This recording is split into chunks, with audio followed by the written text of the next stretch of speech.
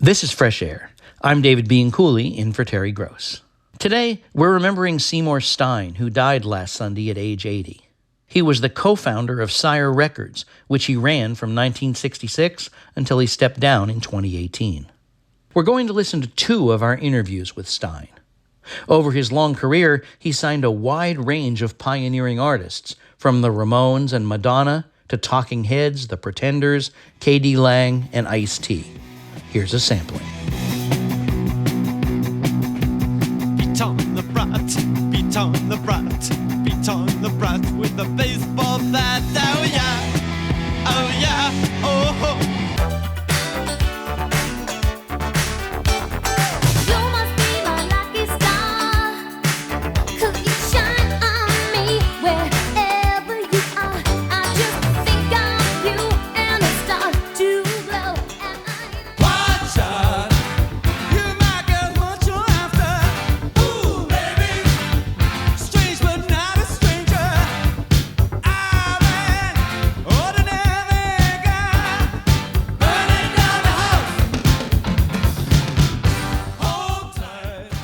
In the morning, police at my door. Fresh Adidas squeak across the bathroom floor. Out my back window, I make my escape. Didn't even get a chance to grab my old school tape. Mad with no music, but happy 'cause free. And the streets to a player is the place to be. He's got 9 brothers and sisters. They're brought up on their knees. It's hard to run when a coat hanger beats you on the thighs. Pedro dreams of being older and killing the old man, but that's a slim chance. He's going to the boulevard. He's gonna end up on the dirty boulevard. He's going out to the dirty boulevard. Gonna use my arms, gonna use my legs, gonna use my style, gonna use my side step, gonna use my fingers, gonna use my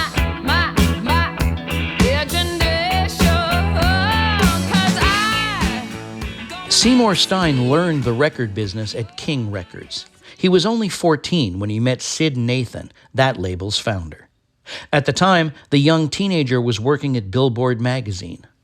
Billboard used to host listening sessions where record company owners would play their new recordings and try to persuade Billboard to give them a good review.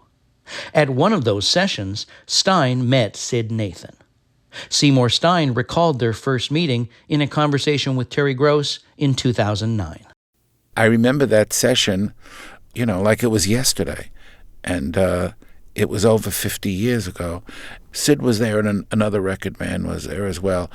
What I remember very clearly was there were a large amount of records to listen to. And the last 2 or 3 were on the Jubilee label. And one of the reporters said, I hear Jubilee Records is going out of business. Why should we even bother with these records? He said, I'm sure, Sid is getting a little bored here. And Sid said, in the way he spoke, he said, look, what if I wasn't here? Would you talk that way about me? Listen to these records. And so the person said, boy, Jerry Blaine, who is the owner of Jubilee Records, he said, he must be a good friend of yours. And he said, oh, no, I'm suing the son of a bitch. And he said, but what's right is right, And one of the records actually became a hit. I can't remember. It might have been White Silver Sands by Don Rondo or something like that.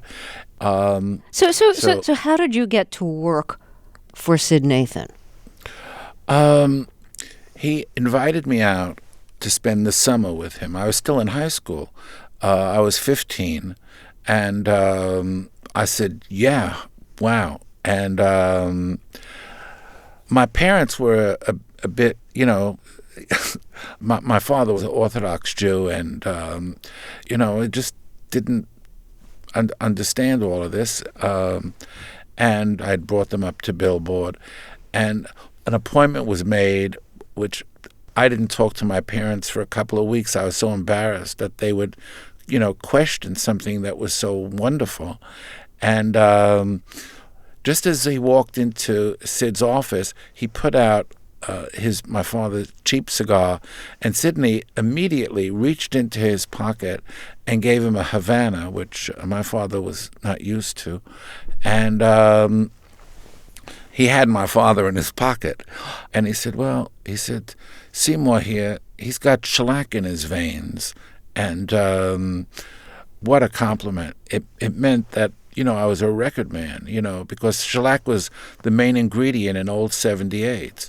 And then he explained that to my father. He said, if you don't let him do what he wants to do, he's going to wind up doing nothing, and you'll have to buy him a newspaper route, because that's all he'll be good for.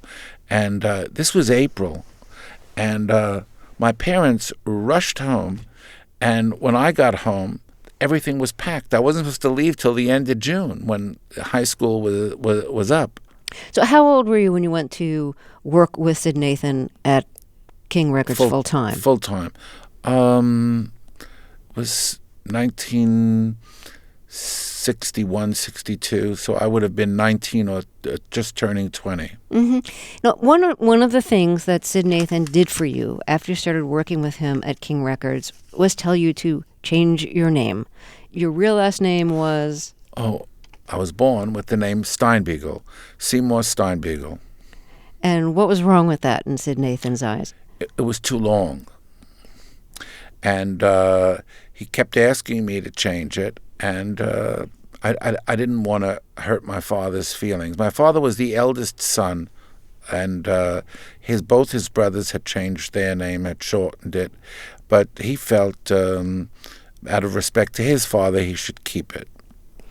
But you did change it. Oh, well, yes. Not everybody had phones at King Records. People shared phones. As much as 3 or 4 people could share a phone at one time. But there was a paging system, and the switchboard operator had one microphone, and Sid had the other one on his desk. And I was being paged. I had an incoming call. Seymour Steinbeagle, pick up the closest phone, Seymour Steinbeagle, there's a call. And she was repeating it over and over again. And all of a sudden, Sid's voice came on, and he said, "Oh, no, it's Stein or Biggle or back to New York." And I almost started to cry. I was so embarrassed. And I changed my name, and I'm very glad that I did. So you got started at Billboard magazine. Do you ever miss the importance of the charts? The days when, top 40 really meant something? I miss it a lot. What do you miss about it? I miss all the excitement. I mean, that's how I heard about Billboard. There was this disc jockey, long before rock and roll, Martin Block. WNEW in New York. Yeah, yes. Make-believe ballroom. Exactly. It's make-believe ballroom time and free to everyone. Well, I would come back on Saturday mornings from the synagogue and have my radio sort of under the pillow so my father couldn't hear it when he came home, listening to Martin Block play the top 25 off of the Billboard chart.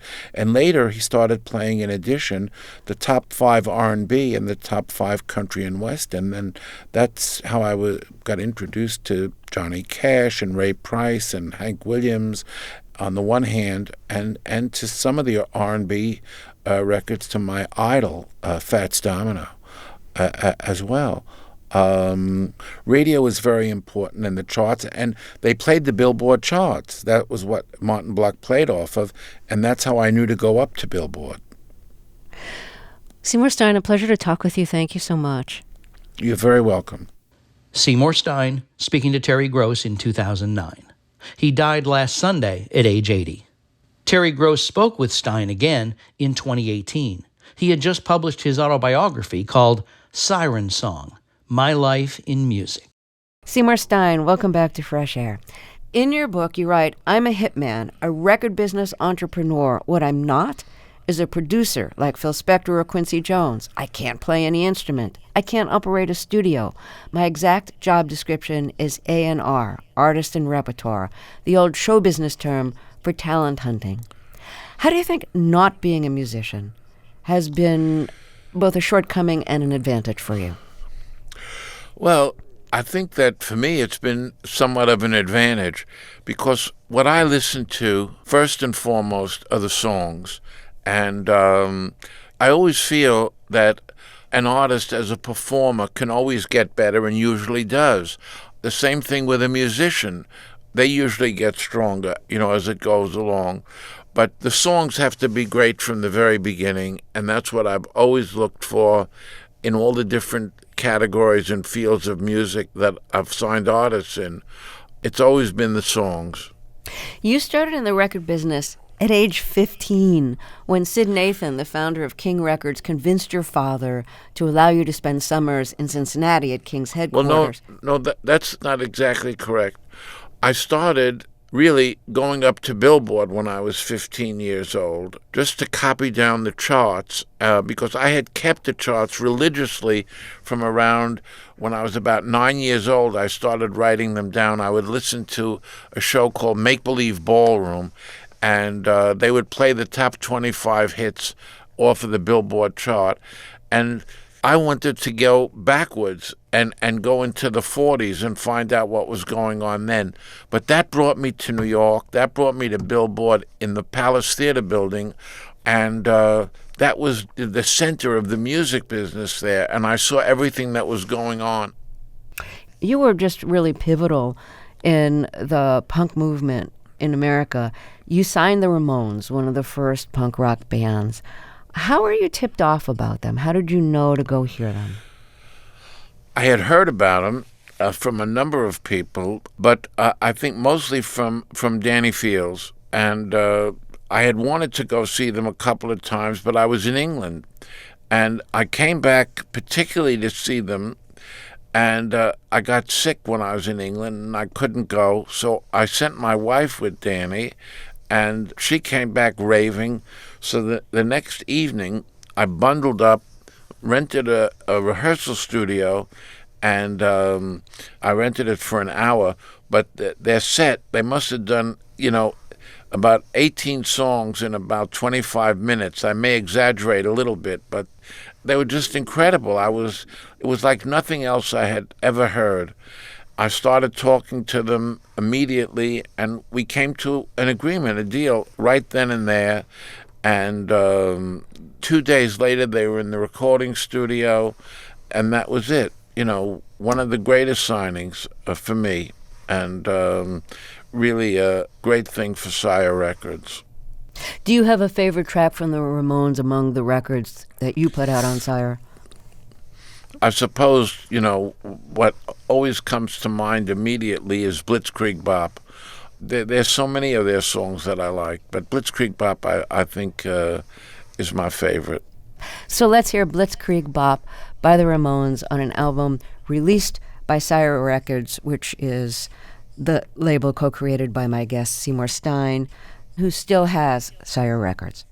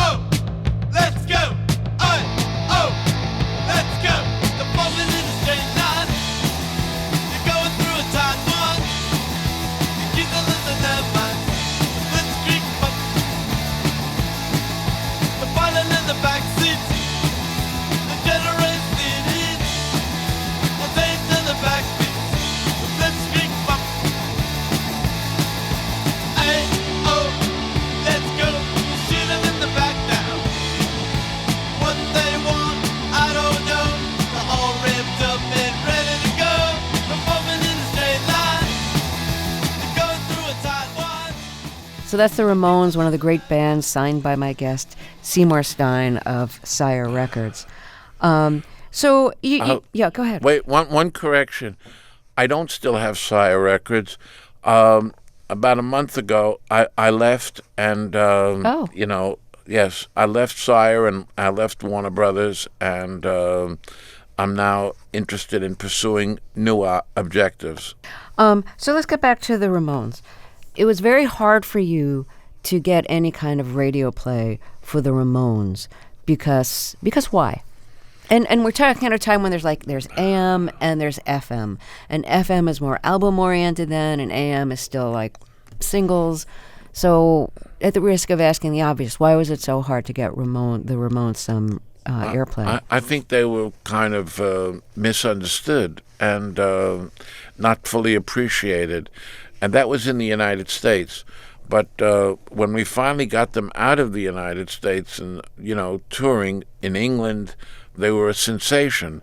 In fact, the first gig that they did, a lot of English bands came to see them, the Sex Pistols and the Clash and others, and they were so enthralled with the Ramones that it made them convinced that they could make it too, and it kind of turned the tide for them. They were also big in other parts of Europe and South America, and it's a shame. They would be playing big theaters in England and then coming back to America and playing, small clubs. It kind of broke my heart, and I'm sure it broke their hearts too. So one of the things you tried to do to get your band's airplay was to tell your promotion people, don't use the word punk, use the word new wave. Why did you do that? And was it effective? Well, that really came about with the Talking Heads because they were describing them as punk, and they were the furthest thing from punk. I said, look, New York used to be the absolute center of the music business, and that was maybe 20, 25 years before that. And then, of course, L.A. came into prominence, San Francisco, Detroit with Motown, and Philadelphia with labels, like Cameo and Parkway, and later Philadelphia International, and Memphis and Nashville was growing. And it all took away from the importance of New York. And then I think that this music, which was predominantly coming from New York, but not exclusively, was like a new wave for New York. And that's what I called it. And it didn't sound bad, like punk. So let's talk about Talking Heads. You heard them kind of accidentally the first time around. Correct me if I'm wrong, but you went to hear new songs by the Ramones at a club. Talking Heads was opening for them. Yeah, and that's how you heard them. It was a surprise opening. They weren't supposed to be the opening act. But I had heard about Talking Heads, but they were not spending that much time in New York. They were very early involved in video, and they were working on that, and they were going back to Rhode Island, which is where they went to school, and so I missed a lot of their gigs, and Johnny wanted me to hear some new songs Johnny live. Ramone. Johnny Ramone, yes, and so I came down. I investigated what the opening band was going to be, and they were a band called The Shirts, which I had seen and liked, but not liked enough to sign. And so I was waiting outside of CBGB's, and all of a sudden I hear this music, and I mean, it like sucked me into the room. That's how incredibly good it was. I was standing outside with Lenny Kaye from the Patti Smith Band, and I couldn't believe what I was hearing. It was so incredible. I said, this isn't The Shirts. He said, no, they got another gig. He said, this is Talking Heads. And boy, I was just blown away. So I want to play a track from their first album that you released, Talking Heads 77. And this is Psycho Killer, which it's such a great track. Fabulous. Okay, so let's hear Talking Heads, and this is Psycho Killer.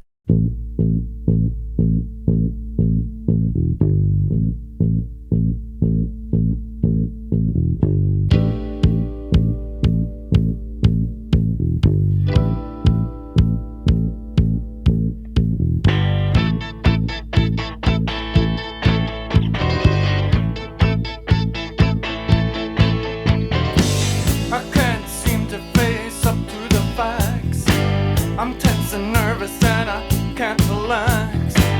I can't sleep 'cause my bed's on fire. Don't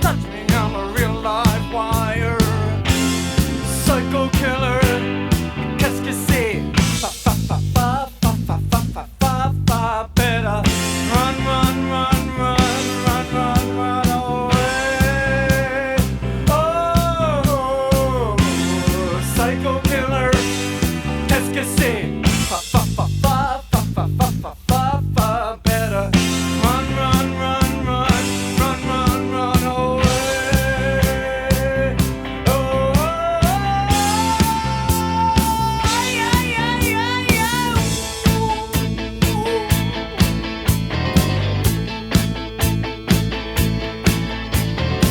You start a conversation, you can't even finish it. You're talking a lot. That was Talking Heads. Seymour Stein spoke to Terry Gross in 2018. He died last Sunday at age 80. We'll hear more of their conversation after a break. Also, we'll hear from Joni Mitchell, who last month received the Library of Congress Gershwin Prize for Popular Song. And film critic Justin Chang reviews Air, directed by Ben Affleck. I'm David B. Cooley, and this is Fresh Air.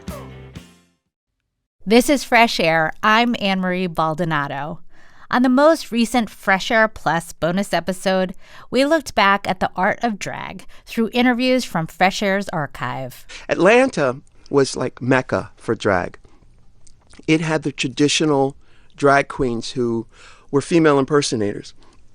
But, you know, I'd come from the punk rock side of the tracks, and we did drag as a social commentary. It was a reaction to the Reagan 80s. John wanted a very large woman because, as you had said before, he wanted the exact opposite of what normally would be beautiful. He wanted to, as I've been called, inflated Jane Mansfield. So that's what he got. As anti-drag legislation sprouts throughout American state legislatures, we thought it would be worthwhile to hear icons like RuPaul, Divine, and more talk about what drag has meant to them personally. You know, it's really funny. I feel like I should ask you for tips about how to walk in high heels. I've never been able to wear heels. Really? It's so simple, Not that I'm dying to wear them or anything, Yeah, but no, my it's feet just ache and I simple. figure it's not worth it. So you want to give me some tips? Oh, I could run the decathlon in it. I could, talk about drag racing. I mean, I could really, I walk better in heels, I think, than in flats. If you're a Fresh Air Plus listener, you already get all of our episodes without sponsored messages, and now you get exclusive bonus episodes like this, too, every few weeks. Regular Fresh Air remains the same and free, but with Plus, you get even more of Fresh Air. You can sign up for Fresh Air Plus and support public media at plus.npr.org. Let's return to Terry's 2018 interview with Sire Records co-founder Seymour Stein, who died last Sunday at age 80. Among the many acts he discovered and signed include the Ramones, Ice-T, Talking Heads, and a certain ultimately very famous Material Girl. He was in the hospital when he signed her. Well, let's go back a little before that. Mark Kamens was someone that I thought had a lot of potential as a producer or a scout and everything. And the third or fourth artist he brought me was Madonna. And he brought the record to me while I was in the hospital. I was there about a week and a half when he came to see me. And he played me this one track, Everybody, by Madonna. And I was totally blown away. And so I said, look, I'd like to see her. I'm going to be here for another almost 3 weeks. Try to bring her down here so I can meet her and we can, do a deal. So he goes away and calls me up at 5 o'clock and says, Madonna and I are coming to see you at 8 o'clock. And here I was, laying in this hospital uniform and a mess, and I probably hadn't taken a shower in a few days and all that because they had to take all the needles out of me. I freaked out. I had somebody come and shave me and cut my hair and look the best I could in 2.5 hours before she got there.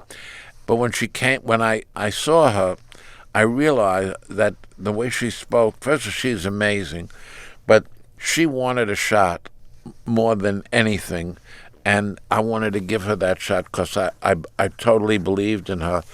So we spoke about a deal, and we agreed on a deal for recordings, and she walked out of there very happy, and I went to bed very happy that night, and that was great. And later I learned that She had been trying to get a deal for over 2 years, and people like Chris Blackwell, who was somebody that He I had ran the Island greatest- Records. Yeah, he owned Island Records and ran it. Had turned her down, and other people had turned her down. I couldn't believe it because to me it was a no-brainer, and it was a great day in my life. So, of the early tracks that you recorded with her, do you have a favorite? I think that the song I liked best, and was really the song that became the one that launched her most, was Borderline. I loved it. But I liked everything that she did. Well, why don't we hear Borderline?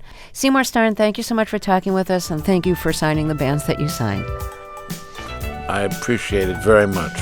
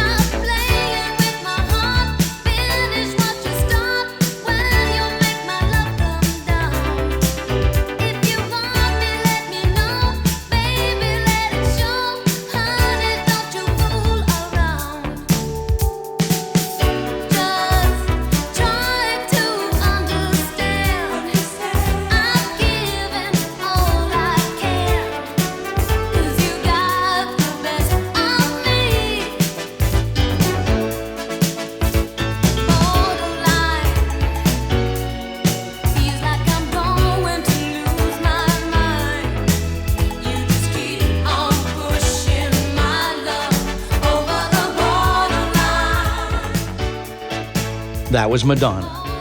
Seymour Stein spoke to Terry Gross in 2018. The co-founder of Sire Records died last Sunday at age 80.